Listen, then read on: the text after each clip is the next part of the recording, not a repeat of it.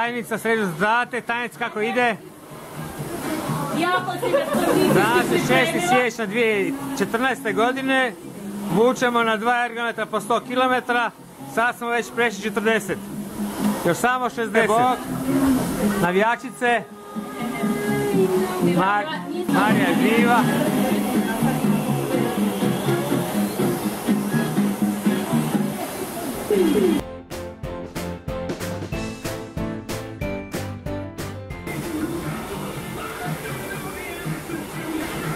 Božana i Lovorka pri kraju prve polovice. Negdje na 45 km od početka. Sad ćemo vidjeti gdje su ostali.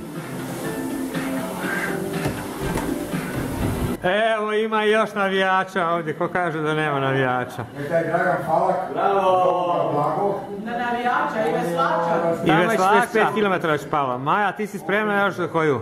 Nego, kad je lovo? Druga Maja? Nego. Dobro?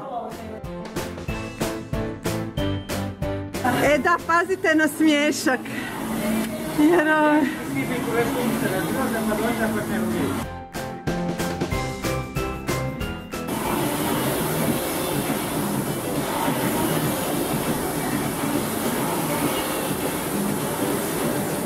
nema navijača, ošli navijači spavat.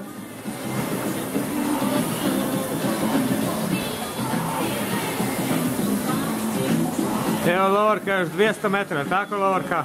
Kako je bilo? Doživjela? Kraće tijelom naprijed. evo.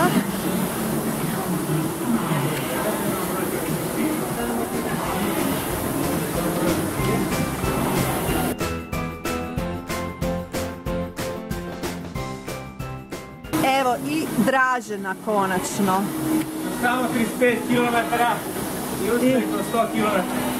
Koliko još, Dražen? Još 35. To ćeš sam izvući. Pa naravno.